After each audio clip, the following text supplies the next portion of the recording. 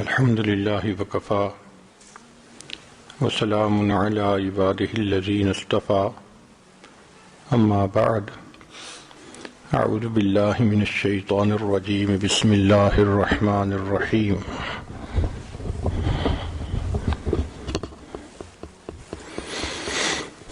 يا أيها الذين آمنوا توبوا إلى الله توبة نصوحا سبحان ربك رب العزة عما يصفون وسلام على المرسلين والحمد لله رب العالمين اللهم صل على سيدنا محمد وعلى آل سيدنا محمد وبارك وسلم یا ایھا الذین آمنوا اے ایمان والو توبوا الی اللہ توبۃ نصوحا تم اللہ تعالیٰ کے سامنے سچی توبہ کرو۔ انسان جو کام بھی شریعت کے خلاف کرتا ہے اس کو گناہ کہتے ہیں، اس سے توبہ کرنا انسان کے اوپر لازم ہو جاتا ہے۔ ابن قیم رحمۃ اللہ علیہ نے الداء والدواء میں گناہوں کے دو طرح کے نقصانات بتلائے ہیں، ایک وہ جو آخرت میں ہوں گے اور ایک وہ جو دنیا میں ہوتے ہیں۔ چنانچہ دنیا میں جو گناہوں کے نقصانات ہیں ان میں سے ایک یہ کہ انسان گناہ کرنے کی وجہ سے اس کا نیکی کرنے کو دل نہیں چاہتا، نماز پڑھنے کو دل نہیں چاہتا، تلاوت کو دل نہیں چاہتا، لمبی دعا مانگنے کو دل نہیں چاہتا، تہجد میں اٹھنے کو دل نہیں چاہتا، حتیٰ کہ نیک محفل میں جانے کو دل نہیں چاہتا۔ دوسرا گناہوں کا نقصان یہ کہ انسان کا دل بے چین رہتا ہے۔ چنانچہ کوئی آدمی کتنی ہی کامیابی سے گناہ کیوں نہ کرے، دیکھا گیا ہے کہ اس کا دل بہت بے چین ہوتا ہے، سکون لٹ جاتا ہے۔ ایئر کنڈیشن کمروں میں کمبل کے اندر لیٹے ہوئے کروٹیں بدلتے ہیں، ان کو نیند نہیں آتی، نیند کے لیے گولیاں کھانی پڑتی ہیں، پھر زندگی میں سے برکت نکل جاتی ہے، وقت میں برکت نہیں رہتی، صحت میں برکت نہیں رہتی، قوت یادداشت میں برکت نہیں رہتی، برکت انسان کی زندگی سے نکل جاتی ہے۔ ایک اثر یہ کہ دعائیں قبول نہیں ہوتی، چنانچہ خود زبان سے کہتے ہیں جی کہ اللہ تو ہماری سنتا ہی نہیں، حالانکہ اللہ تعالیٰ تو سب کی سنتا ہے۔ ان ربی لسمیع الدعاء، میرا رب دعا کو سنتا ہے، لیکن اس کو پورا کرنا یا نہ کرنا یہ تو اللہ کا اپنا اختیار ہے۔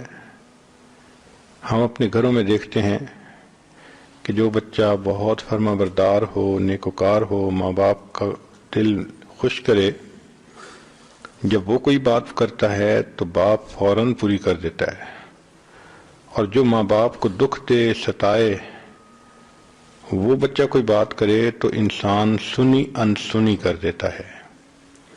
اسی طرح جو فسق و فجور کی زندگی گزارتا ہے اس شخص کی دعاؤں کو اللہ تعالیٰ سنی انسنی فرما دیتے ہیں۔ گناہوں کا ایک نقصان یہ بھی ہے کہ نعمتوں کو زوال آنا شروع ہو جاتا ہے۔ چنانچہ جو پروردگار نعمتیں دینا جانتا ہے وہ پروردگار نعمتیں لینا بھی جانتا ہے۔ کام ادھورے رہتے ہیں، بچی کے رشتے نہیں آتے، بیٹے کا بزنس سیٹ نہیں ہوتا، یہ ادھورے کام اس بات کی دلیل ہیں کہ گناہوں کی وجہ سے زندگی میں بے برکتی ہے۔ ان سب چیزوں سے بچنے کا ایک ہی طریقہ ہے کہ انسان گناہوں کو چھوڑ دے۔ چنانچہ گناہ چھوڑنے کا عمل توبہ کہلاتا ہے۔ توبہ کی 4 شرائط ہیں۔ ایک شرط تو یہ کہ گناہ چھوڑنا، دوسرا اس کے کرنے پر نادم ہونا، تیسرا آئندہ نہ کرنے کا دل کے اندر عزم رکھنا، عہد کرنا کہ آج کے بعد میں نے یہ گناہ نہیں کرنا، اور چوتھا اگر وہ گناہ حقوق العباد سے متعلق ہے تو اس کو واپسی کرنا یا اس کی معافی تلافی کروانا۔ جو انسان اللہ کے خوف کی وجہ سے گناہ کو چھوڑے وہ تو توبہ کہلاتی ہے، نیت کوئی اور ہوئی تو پھر وہ توبہ نہیں کہلاتی۔ مثلا ایک بندہ اس لیے گناہ سے بچتا ہے جی کہ بدنامی ہوتی ہے، ایک بندہ گناہ سے اس لیے بچتا ہے جی کہ میرے اندر گناہ کی طاقت نہیں، ایک بندہ گناہ سے اس لیے بچتا ہے کہ جی مجھے مرض لگ جانے کا ڈر ہے، ایک بندہ کہتا ہے کہ میں اس لیے چوری نہیں کرتا کہ پولیس پکڑ لے گی، کوئی بندہ سوچتا ہے کہ میں اس لیے جوا نہیں کھیلتا کہ بہت نقصان ہوتا ہے پیسے کا۔ اگر یہ نیتیں ہیں تو یہ توبہ نہیں کہلاتی۔ توبہ کے لیے دل میں اللہ کو راضی کرنے کی نیت ہو، اللہ کے ڈر کی وجہ سے انسان توبہ کرے۔ توبہ کرنے والے کو چند کام کرنے چاہیے۔ پہلا کام کہ برے دوستوں سے جدائی اختیار کرے، چونکہ یار بد مارے بد سے بھی زیادہ برا، یار بد مارے بد سے زیادہ برا۔ کیا مطلب؟ کہ برا دوست زہریلے سانپ سے بھی زیادہ برا اور شیطان سے بھی زیادہ برا، اس لیے کہ شیطان تو گناہ کا خیال دل میں ڈالتا ہے، برا دوست گناہ کا خیال ڈالنے کے بعد ہاتھ پکڑ کے گناہ کروا دیتا ہے۔ پھر توبہ میں تاخیر کرنا یہ مستقل گناہ، مثلا گناہ تو کیا جوانی میں اور اب بڑھاپے میں توبہ کر رہے ہیں، تو اتنا عرصہ جو تاخیر ہوئی یہ بھی مستقل گناہ ہے۔ انسان اپنے نفس پہ اعتماد نہ کرے، جو حقوق اللہ میں کمی تھی وہ پورے کرے، روزے رکھے، نمازیں پڑھے، حقوق العباد کی معافی تلافی کا انتظام کرے، حرام اور ممنوع اشیاء کو تلف کرے۔ مثال کے طور پہ اگر تصویریں جمع کی تھیں تو چونکہ حرام ہیں ان کو تلف کرنا ضروری۔ ایک بندہ شراب پیتا تھا، اس کے برتن ہیں ان کو تلف کرنا ضروری۔ اگر وہ یہ سمجھے کہ میں اس کو دھو کے اس میں پانی پی لیا کروں گا، شریعت اجازت نہیں دیتی، اس لیے کہ وہ پی تو پانی رہا ہوگا مگر اس کو شراب یاد آ رہی ہوگی، تو جو چیز گناہ کی یاد دلائے اس کا بھی نشان مٹانا ضروری۔ پھر حرام مال سے پرورش پانے والے بدن کو نیکی میں استعمال کرے۔ اور ان سب کے لیے ایک بہترین طریقہ یہ ہے کہ توبہ کرنے والا بندہ نیک دوست بنا لے۔ المرء علی دین خلیلہ، انسان اپنے دوست کے دین پر ہوتا ہے۔ ایک آخری بات کہ جن لوگوں نے پہلے توبہ کی ان کے واقعات کو بار بار پڑھے تاکہ ہمت بڑھے۔ چنانچہ نبی اسلام کے زمانے میں غامدیہ قبیلے کی عورت تھی جس سے بڑا گناہ ہو گیا۔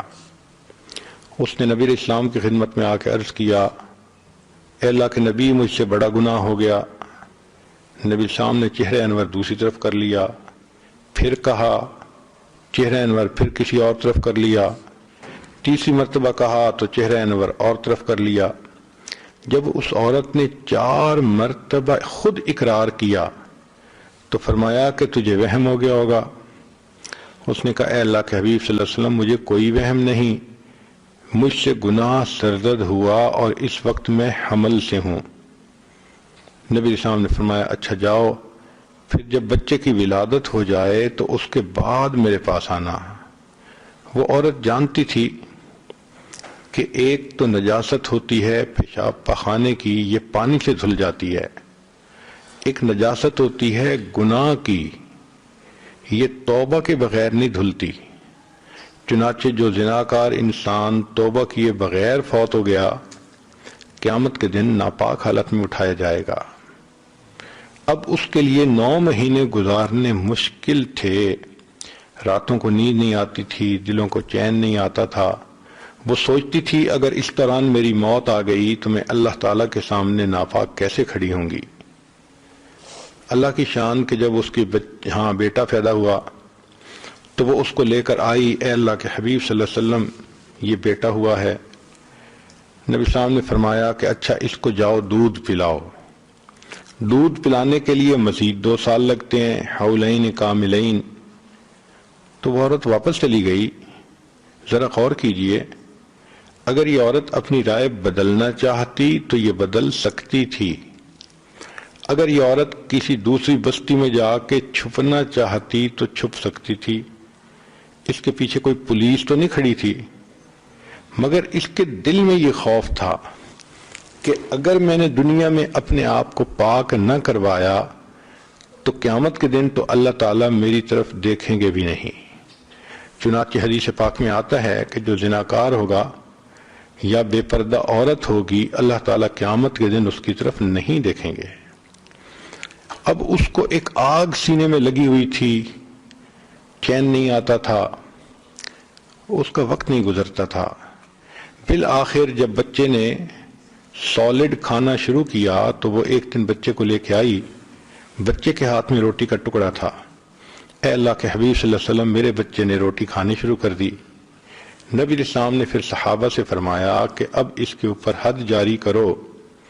حد جاری کرتے وقت ایک صحابی نے اس عورت کو سختی کی بات کر دی کہ تم نے اپنے خاندان کو بدنام کروا دیا. تو نبی علیہ السلام نے فرمایا لقد تابت توبتن، اس عورت نے اتنی سچی توبہ کی ہے، لو قسمت بین 70 من اہل المدینہ وسعتہم، کہ اگر مدینہ کے 70 گنہگاروں میں اس کی توبہ کا ثواب تقسیم کیا جاتا تو 70 گنہگاروں کی بخشش ہو جاتی. توبہ کرنے والے کے ذہن میں کچھ سوالات ہوتے ہیں. آج کی مجلس میں انہی سوالات کے جوابات مقصود ہیں. پہلا ذہن میں سوال آتا ہے کہ میرے گناہ تو اتنے زیادہ سارے گناہ بخش دیے جائیں گے؟ جواب جی ہاں. چنانچہ فرمایا اے میرے بندے، اگر تیرے گناہ آسمان کے ستاروں کے برابر ہیں، اگر تیرے گناہ ساری دنیا کی ریت کے ذرات کے برابر ہیں، اگر تیرے گناہ پانی کے قطروں کے برابر ہیں، اگر تیرے گناہ ساری دنیا کی درختوں کے پتوں کے برابر ہیں، تیرے گناہ تھوڑے ہیں، میری رحمت زیادہ ہے، تو توبہ کرے گا، میں تیری توبہ کو قبول کر لوں گا. حدیث پاک میں ہے کہ بنی اسرائیل کا ایک آدمی تھا جس نے 100 بندوں کو قتل کیا تھا. توبہ کی نیت سے چل پڑا تھا، موت آ گئی، اللہ نے اس کے بھی گناہوں کو معاف فرما دیا.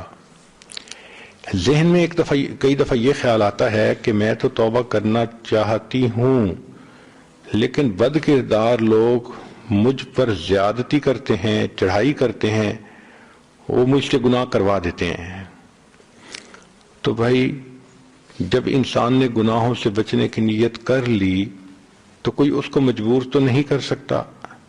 چنانچہ کعب بن مالک لانو ایک صحابی ہیں، ایک مرتبہ نبی علیہ السلام کے ساتھ سفر میں حاضر نہ ہو سکے تو اللہ کے حبیب صلی اللہ علیہ وسلم نے سب مسلمانوں کو کہا کہ وہ ان سے نہ بولیں جب تک کہ ان کی توبہ قبول نہیں ہوتی. وہ فرماتے ہیں کہ میرے اوپر 40-50 دن کا پیریڈ بڑا مشکل تھا. زمین اپنی پوری فراخی کے باوجود تنگ ہو گئی تھی.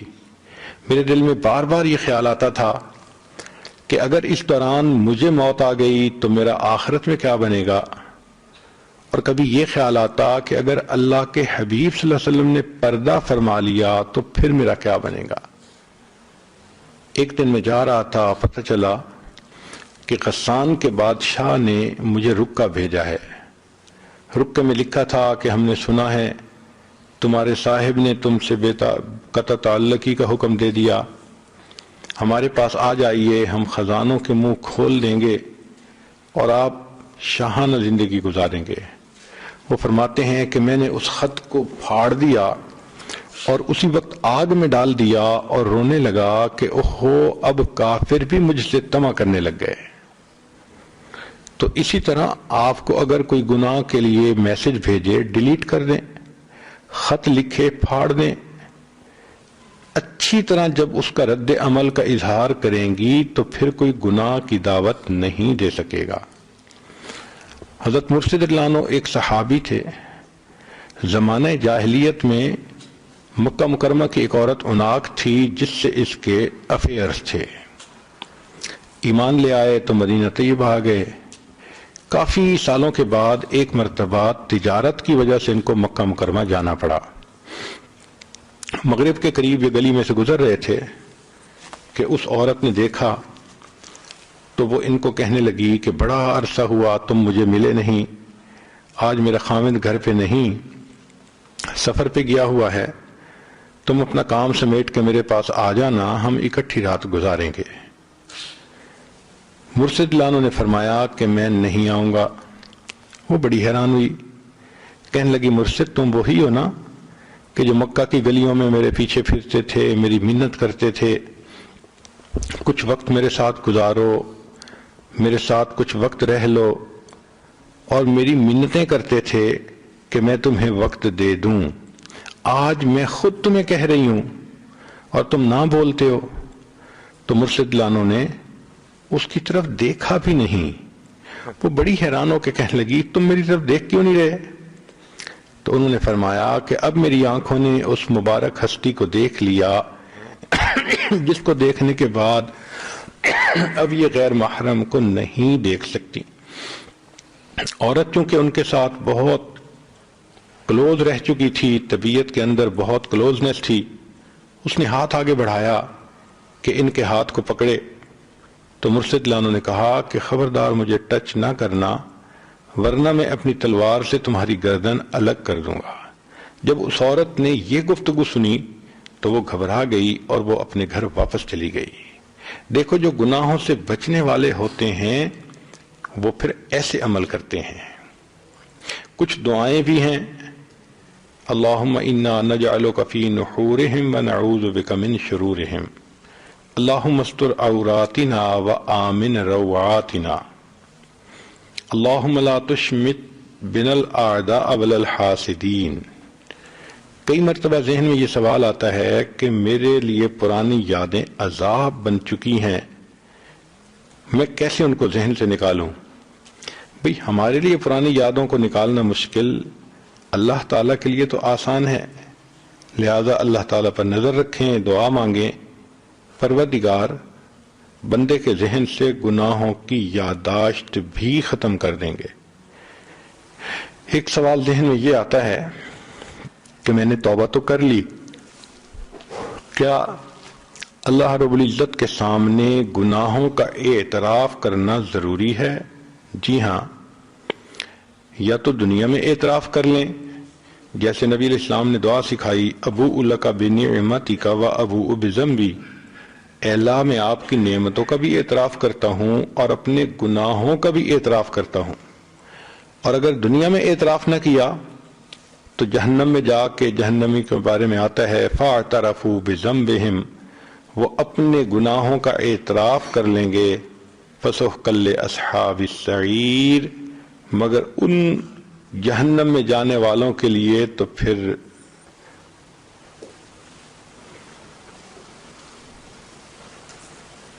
ان جہنم میں جانے والوں کے لیے تو پھر بربادی ہی ہے۔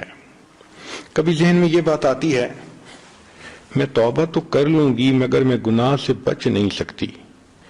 بھائی یہ سوچیں کہ میں نہیں بچ سکتی، اللہ تعالیٰ تو مجھے بچانے پہ قادر ہیں۔ ہم نے یہ دیکھا ہے کہ جو بندہ خود پکی توبہ نہ کر سکے یا توبہ پہ قائم نہ رہ سکے، اس کو چاہیے کہ کسی اللہ والے کے ساتھ مل کر توبہ کے کلمات پڑھ لے، اس کی برکت سے اللہ سچی توبہ کی توفیق عطا فرما دیتے ہیں۔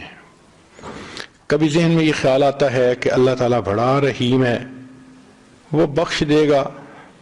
بالکل صحیح بات ہے کہ اللہ تعالیٰ چاہیں تو جس گناہ کو چاہیں معاف کر دیں، لیکن اگر ہم نے توبہ نہ کی تو کچھ گناہوں کا وبال موت کے وقت ظاہر ہوتا ہے۔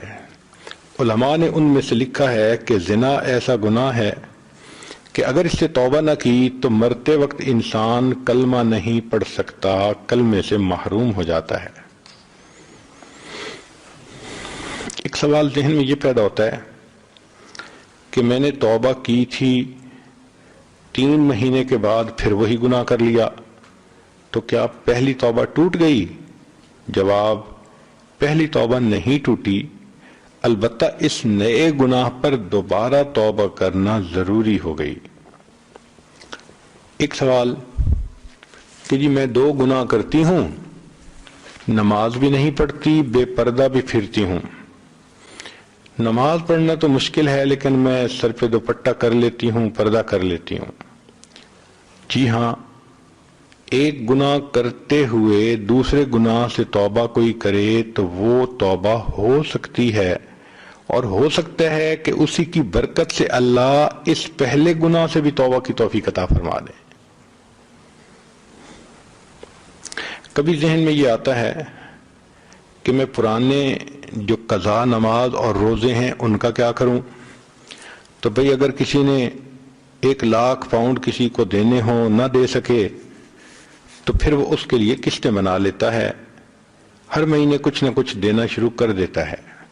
اسی طرح جس کی 10 سال 15 سال کی نمازیں ہوں، روزے ہوں، اس کو چاہیے کہ روزانہ 5 نمازیں ادا کر لے، اور سال کے وہ اوقات جن میں دن چھوٹے ہوتے ہیں، آسانی سے روزہ رکھا جا سکتا ہے، ان دنوں میں نفلی روزے بھی قضا کرنا شروع، وہ یعنی نفل جو فرض روزے تھے وہ قضا کرے۔ اس طرح روزے اور نماز کی قضا ممکن ہو سکتی ہے۔ اگر کسی بندے نے غیبت کی تو اللہ تعالیٰ سے بھی معافی مانگنی چاہیے، اور جس کی غیبت کی اس سے بھی معافی مانگنی چاہیے۔ یہ بتانا ضروری نہیں ہے کہ میں نے کیا کہا، بس اتنا کہیں کہ جی آپ کی حقوق میں کوئی کوتاہی ہوئی تو آپ معاف کر دیجئے۔ ایک بندہ کہتا ہے میں نے چوری کی، میں کیا کروں؟ بھئی جس کا مال چوری کیا اس کو پیسے واپس کرو، اور جی وہ تو فوت ہو گیا، بھئی اس کے وارث کو واپس کرو۔ جی مجھے اس کے وارثوں کا بھی پتہ نہیں، شریعت کہتی ہے کہ پھر اللہ کے راستے میں صدقہ کر دو، تاکہ قیامت کے دن جو اجر ملے وہ اس بندے کو پہنچ جائے جس کا مال چوری ہوا تھا۔ ایک بندہ کہتا ہے کہ میں نے تو سود کا مال کھایا، میں کیا کروں؟ بھئی ندامت اختیار کریں، اور جو بدن سود سے پلا اب اس کو نیکی میں لگائیں، نمازیں پڑھیں، تلاوت کریں، درود شریف پڑھیں، استغفار پڑھیں، اللہ کے دین کا کام کریں، علم حاصل کریں۔ نیکی کے کام کرنے سے اس کی مکافات ہو جائے گی۔ سوال پیدا ہوتا ہے کہ توبہ کا طریقہ کیا ہے؟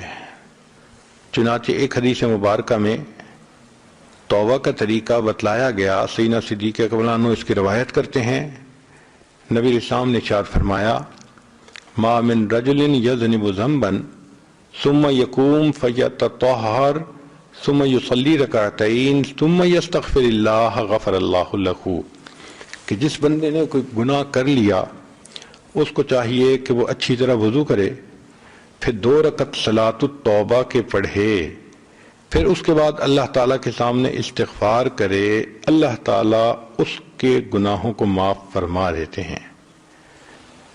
چنانچہ کس انداز سے توبہ کرنی چاہیے؟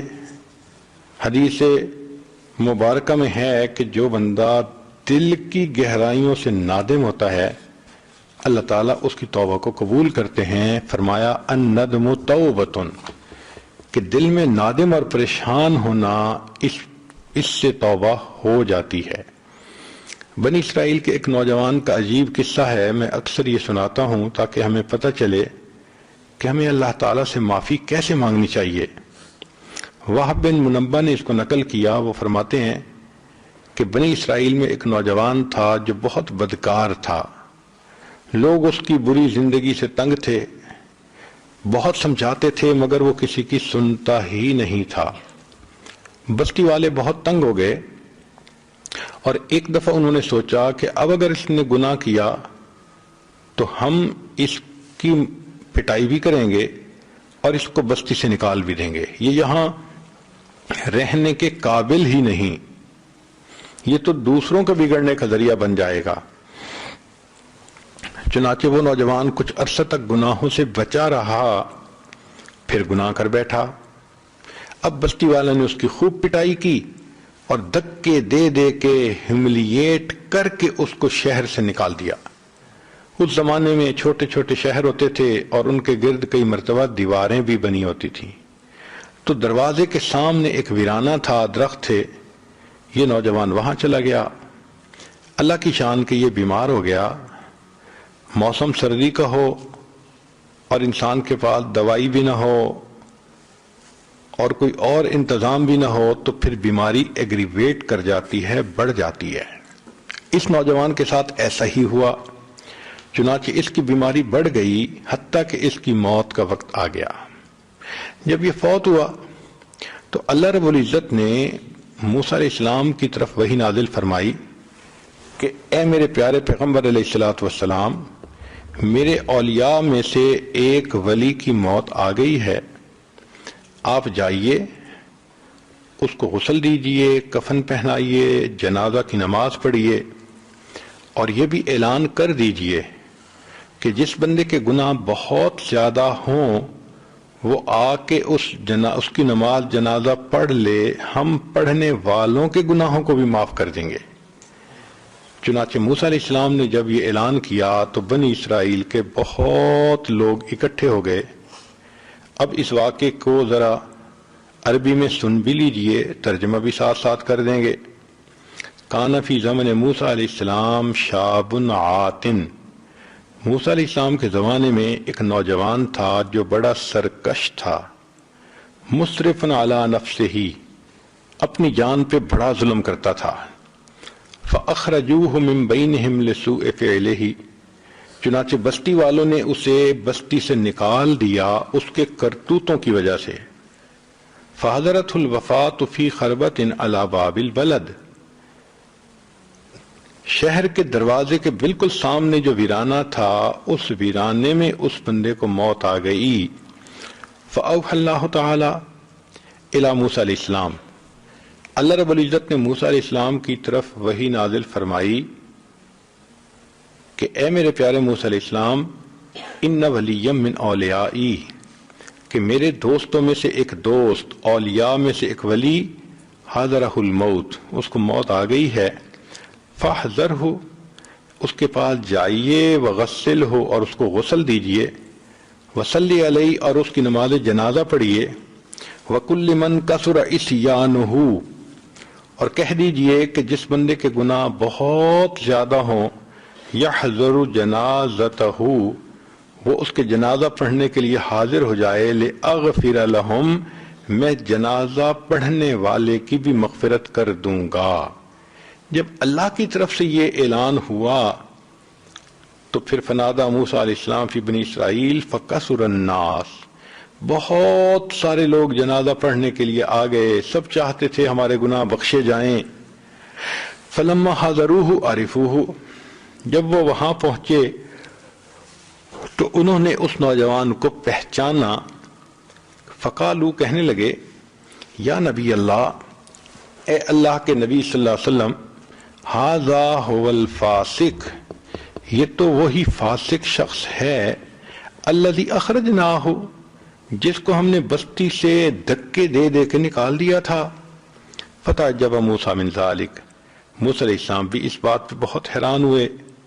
فاوحی اللہ الیہ، اللہ نے حضرت موسیٰ علیہ السلام کی طرف وحی نازل فرمائی، صدقوا وہم شہدائی، اے میرے پیغمبر اسلام، یہ لوگ سچ کہہ رہے ہیں مگر یہ اس بات کے گواہ ہیں، انہ لما حضرتہ الوفاۃ فی ھذہ الخربۃ، بات یہ ہے کہ جب اس بندے کو اس ویرانے میں موت کا وقت آ گیا، نظر یمنۃ و یسرۃ، اس نے اپنے دائیں دیکھا، اپنے بائیں دیکھا، فلم یرا حمیما ولا قریبا، کوئی اس کا دوست پاس نہیں تھا، کوئی رشتہ دار پاس نہیں تھا۔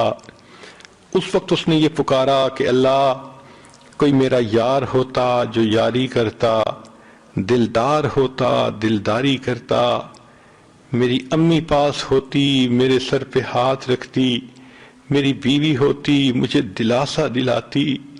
اللہ، نہ کوئی دوست ہے نہ رشتہ دار ہے، میں تنہا ہوں، اکیلا ہوں، ذلیل ہوں اور ٹوٹے ہوئے دل والا ہوں، اللہ میرے اوپر رحم کر دیجئے۔ ورأى نفسه غریبۃ وحیدۃ ذلیلۃ منکسرۃ فرفع بصرہ الی، اس وقت اس نوجوان نے آسمان کی طرف دیکھ کر یہ کہا الہی عبد من عبادک، اللہ میں بھی تیرے بندوں میں سے تو بندہ ہوں، اگرچہ میں گنہگار سہی مگر تیری بندگی کی فہرست سے تو نہیں نکلا ہوں، تو ابھی تک میں بندہ آپ ہی کا۔ میرے مولا جب میں آپ کا بندہ ہوں تو آپ میرے اوپر رحم فرمائیے۔ غریب فی بلادکا، میں اپنے شہر سے بھی دھکے دے دے کے نکالا گیا ہوں۔ اے اللہ لو علمت ان عذابی یزید فی ملکی کا، اگر مجھے یقین ہوتا کہ میرے عذاب دینے سے آپ کی شان بڑھ جائے گی اور مجھے معاف کرنے سے آپ کی شان کم ہو جائے گی، لما سألتک المغفرہ، اللہ میں آپ سے کبھی مغفرت طلب نہ کرتا۔ ولیس لی ملجأ، اللہ میری کوئی جائے پناہ نہیں، ولا رجاء، کوئی امیدگار نہیں، الا انت، سوائے تیرے۔ جس طرح بندہ کہتا ہے کہ اللہ میرا کوئی نہیں اللہ تیرے سوا، اللہ میری امیدیں آپ کی ذات پر لگی ہیں، میری نظریں آپ کے اوپر لگی ہوئی ہیں، اللہ آپ مجھ پر رحمت کی نظر فرما لیجئے۔ جب اس نے یوں کر کے دعائیں مانگی کہ اللہ میں نے سنا ہے کہ آپ نے یہ آیت بھی اتاری، انی انا الغفور الرحیم، کہ بے شک میں غفور اور میں رحیم ہوں، فلا تخیب رجائی، اللہ میری امید کو ناکام نہ کرنا۔ یا موسیٰ، اے موسیٰ علیہ السلام، افکان یحسن بی ان اردہ وہو غریب علی ہذہ الصفۃ، کیا یہ بات مجھے سجتی تھی میں اس کی دعات کو رد کر دیتا حالانکہ وہ اس حال میں تھا۔ وقد توسل الی بی، اس نے مجھے میری رحمت کے واسطے دے دے کر دعائیں مانگی۔ وتضرع بین یدی، میرے سامنے روتا رہا، گڑ گڑاتا رہا، معافیاں مانگتا رہا۔ وعزتی، موسیٰ علیہ السلام مجھے اپنی عزت کی قسم ہے، لو سالنی فی المذنبین من اہل الارض جمیعا لوہبتہم لہ لذل غربتہ، اگر وہ نوجوان اس وقت ساری دنیا کے گناہ گاروں کی بخشش کا مجھ سے سوال کرتا، میں پروردگار ساری دنیا کے گناہوں کی بخشش بھی کر دیتا۔ اے موسیٰ علیہ السلام، انا کہف الغریب، میں پردیسی کی پناہ گاہ ہوتا ہوں، وحبیبہ، اور جس کا کوئی دوست نہیں ہوتا اس کا دوست میں ہوتا ہوں، وطبیبہ، اور جس کا علاج معالجہ کرنے والا کوئی نہیں ہوتا اس کی تیمارداری کرنے والا میں ہوتا ہوں، وراحمہ، اور جس پر کوئی رحم نہیں کھاتا اے موسیٰ علیہ السلام اس پر رحم کھانے والا میں ہوتا ہوں۔ یا پروردگار اتنے کریم ہیں، اتنے مہربان ہیں کہ بندے کے گناہوں کو معاف کرنے کے لیے تیار ہیں۔ ہمیں چاہیے ہم بھی موقع سے فائدہ اٹھائیں اور اپنے گناہوں سے سچی پکی توبہ کر کے اللہ رب العزت سے معافی مانگ لیں۔ وآخر دعوانا ان الحمد۔ ویڈیو کے نیچے سبسکرائب کے بٹن پہ کلک کریں، بیل کے آئیکن پہ کلک کیجئے تاکہ ہر نئی ویڈیو